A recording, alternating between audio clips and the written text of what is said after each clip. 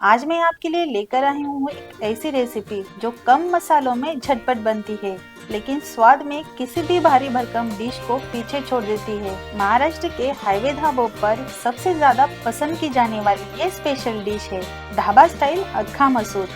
साबुत मसूर दाल, देसी मसाले और तड़के की जबरदस्त खुशबू वाली ये रेसिपी तंदूर रोटी या कड़क बिस्किट रोटी के साथ खाने में जो मजा देती है वो बस खाने वाला ही जानता है। तो चलिए आज बनाते हैं कम मसालों में झनझनित और मसालेदार ढाबा स्टाइल अक्खा मसूर।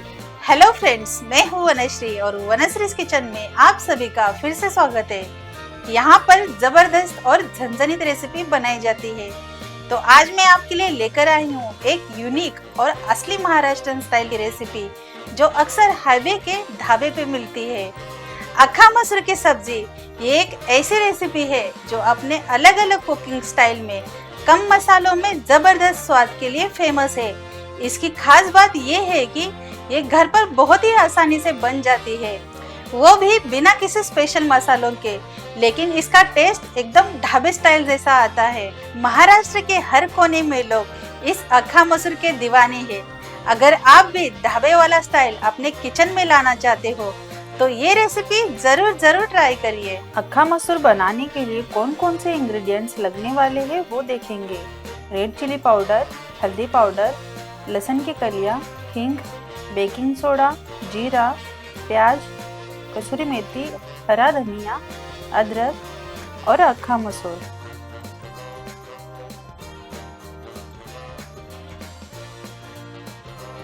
अब यहाँ पर मैंने हाफ केजी अक्खा मसूर लिया है और इसे 10 या 8 घंटे के लिए पानी में भिगो कर रखे।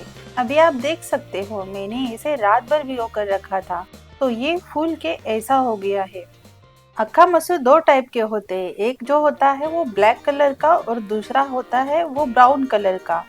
तो अक्खा मसूर बनाने के लिए सबसे बेस्ट होता है ब्लैक वाला मसूर। अब इसे साइड में रखे और गैस ऑन करे और एक कढ़ाई ले। कढ़ाई गर्म होते ही उसमें ऑयल ऐड करे। ऑयल जैसे ही गर्म हो जाए उसमें डाले 1 चम्मच साबुत जीरा। मैंने मसालों में बस जीरा ही यूज किया है, इसमें एक भी खड़ा मसाला यूज नहीं होने वाला। जब जीरा चटक जाए उसमें ऐड करें फाइन चॉप किया हुआ प्याज। अक्खा मसूर बनाने के लिए सबसे इम्पोर्टेंट प्याज है। प्याज को लेते समय जितना मसूर का क्वांटिटी होगा उससे डबल प्याज को यूज कर ले। मैं इधर हाफ केजी मसूर यूज करने वाली हूँ और प्याज को मैंने 1 केजी कट करके लिया है। अब इधर प्याज को भी अलग तरीके से कुक करेंगे। आपको प्याज ज़्यादा लग रहा होगा, लेकिन नहीं, ये प्याज कुक होके पूरा कम हो जाएगा। अब प्याज को ऑयल में अच्छे से भून कर ले। प्याज का कलर जब तक हल्का चेंज नहीं होता तब तक इसे भून ले। धीरे धीरे प्याज में से ऑयल और पानी छूटने लगेगा। आप देख सकते हो यहाँ पर अब प्याज का कलर हल्का चेंज हो गया है। प्याज थोड़ा सॉफ्ट लग रहा है।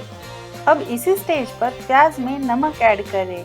जितना सब्जी के लिए नमक लगेगा उतना हमें एक टाइम पर यूज करना है। मैंने लगभग इधर 1 चम्मच जितना नमक ऐड किया है और सबको अच्छे से मिक्स करें। अब धीरे धीरे प्याज में से पानी निकलना चालू हो जाएगा। एक्चुअली ये रेसिपी मेरे भाई की है। जब उन्होंने पहली बार ये रेसिपी बनाकर खिलाई थी, बनाते टाइम पर लगा नहीं कि इतना इसका टेस्ट ढाबे का अक्खा मसूर जैसा आएगा। लेकिन सच बताऊं, ये डिश मैंने ट्राई करी तो मैं शॉक ही हो गई। एक बार मैंने इस्लामपुर के ढाबे पर खाया था, बिल्कुल वैसा ही इसका टेस्ट था। तभी से मैंने डिसाइड किया कि ये रेसिपी मैं आपके साथ जल्दी से जल्दी शेयर करूं। इसका पूरा क्रेडिट जाता है मेरे भाई को। थैंक्स टू भाई, उन्होंने ये रेसिपी मुझे शेयर की। तो अब बढ़ते हैं हमारे रेसिपी की ओर। प्याज पानी छोड़कर थोड़ा ट्रांसपेरेंट हो गया है। अब इसी स्टेज पर प्याज में ऐड करें सबसे important ingredient baking soda. Half चम्मच बेकिंग सोडा ऐड करें और मिक्स करें। आप देख रहे हो प्याज का कलर इंस्टेंट चेंज हो गया है। बेकिंग सोडा और प्याज का रिएक्शन होकर ये प्याज का ऐसा कलर हो गया है। अब प्याज को ज़्यादा कुक नहीं करें। प्याज का जो रियल टेस्ट होता है वही टेस्ट को हमें ऐसे ही रखना है। प्याज से ये टेस्ट अक्खा मसूर में बहुत अच्छा आता है।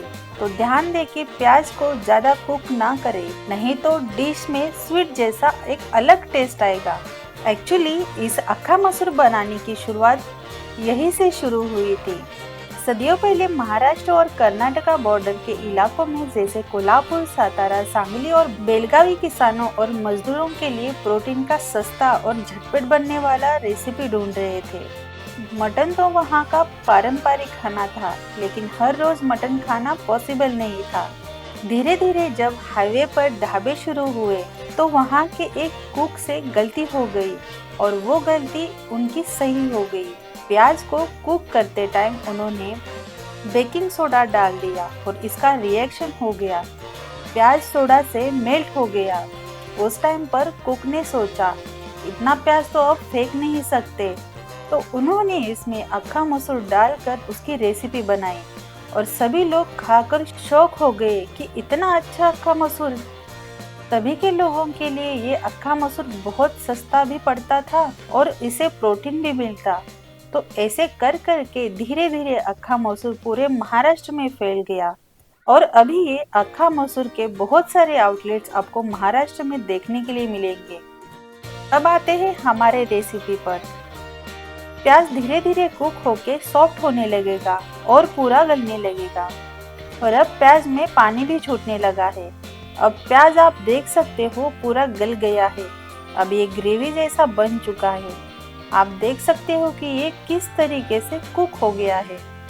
जब प्याज में से पानी और ऑयल सेपरेट हो जाए तब इसमें डालें 2.5 चम्मच कश्मीरी लाल मिर्च पाउडर और सबको अच्छे से मिक्स कर ले। आप देख सकते हो कि ये कितना मस्त लग रहा है।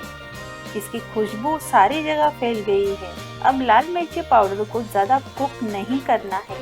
प्याज में जैसे ही लाल मिर्ची घुल जाए तभी 1 मिनट के बाद रात भर भिगोया हुआ ½ kg मसूर ऐड करें।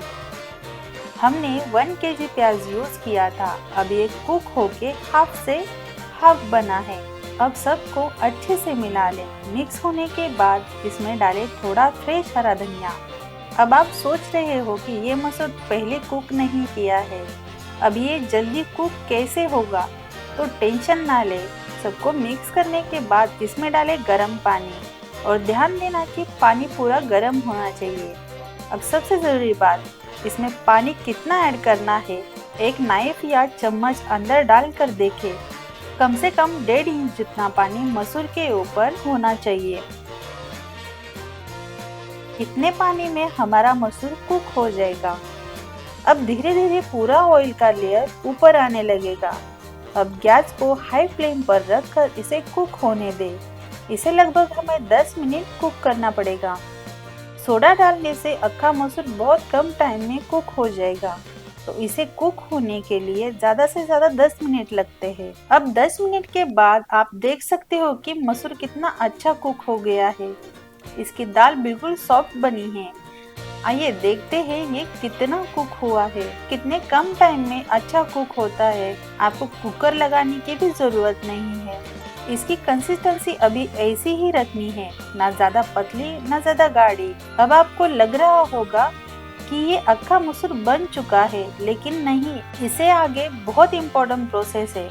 अब इधर मेरे भाई ने मुझे बताया था कि अक्खा मसूर जब कुक होता है तो इसे ठंडा होने के लिए एक या आधा घंटा इसे ऐसे ही रखना है और इसके बाद इसे तड़का देना है। लेकिन मसूर को खाली 80% ठंडा होने दे। बस क्या, अब ये मसूर को हम आधे घंटे के लिए ठंडा होने के लिए रखना है। तो मुझे कमेंट्स करके ज़रूर बताना कि मेरे भाई ने अक्खा मसूर को ठंडा होने के लिए क्यों रखने के लिए कहा। अगर आप भी कुकिंग जानते हो तो जल्दी से कमेंट्स करके बताओ। अब आधे घंटे के बाद आप देख सकते हो ये अक्खा मसूर की थिकनेस गाढ़ी बनी है। अब इसे मैंने 80% ठंडा होने के लिए रखा था। अब हम इसे तड़का देंगे। इसके लिए एक कढ़ाई नहीं तो तड़का पैन ले, लेकिन बड़ा होना चाहिए। अब इसमें ऑयल ऐड करें। ऑयल गर्म होते ही 1 चम्मच जीरा ऐड करें।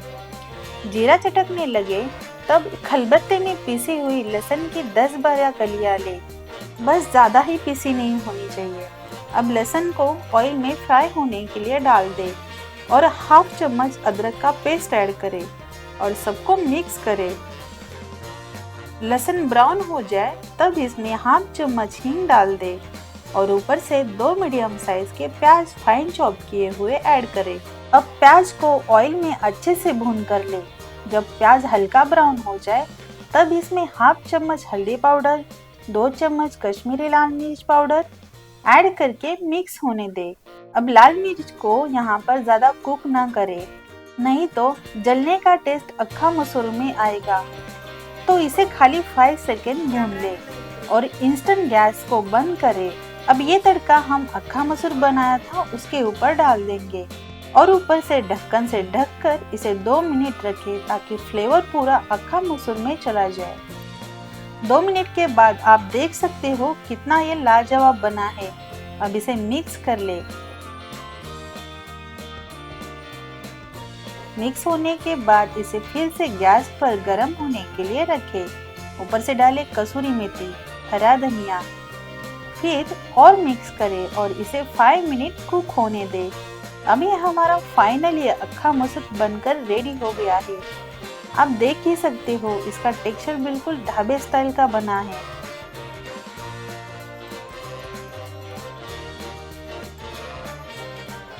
अब इसे गर्मा गर्म प्लेट में सर्व करें और आप देख ही सकते हो कि किस तरीके से ये ढाबा स्टाइल अक्खा मसूर बनकर रेडी हो गया है। ऊपर से डालें फ्रेश धनिया। इतना जबरदस्त और झनझनीत आपने कभी ट्राई किया है क्या? तो दोस्तों हमारी ये झनझनीत और ढाबा स्टाइल वाली अक्खा मसूर दाल बनकर एकदम तैयार है। कम मसाले में झटपट बनने वाली ये रेसिपी स्वाद में इतनी जबरदस्त है कि एक बार खाओगे तो बार बार बनाने का मन करेगा। ये इतनी क्वांटिटी में 5-6 लोग आराम से खा सकते हैं। इतना गाढ़ा, ऊपर से तड़के की खुशबू और दाल के हर दाने में मसाले का झनझनीत स्वाद। अक्खा मसूर की खासियत यही है कि सिंपल मसालों में जबरदस्त स्वाद आता है इसका, और इसे खाने का मजा तो तब आता है जब गर्मा गर्म तंदूरी रोटी या कड़क बिस्किट रोटी साथ में हो। रात के सफर में ट्रक ड्राइवर से लेकर ट्रैवल करने वाले तक हर कोई इसे बड़े शौक से खाता है। तो आप भी जरूर ट्राई कीजिए और बताएं कि आपकी ये अक्खा मसूर कैसी बनी।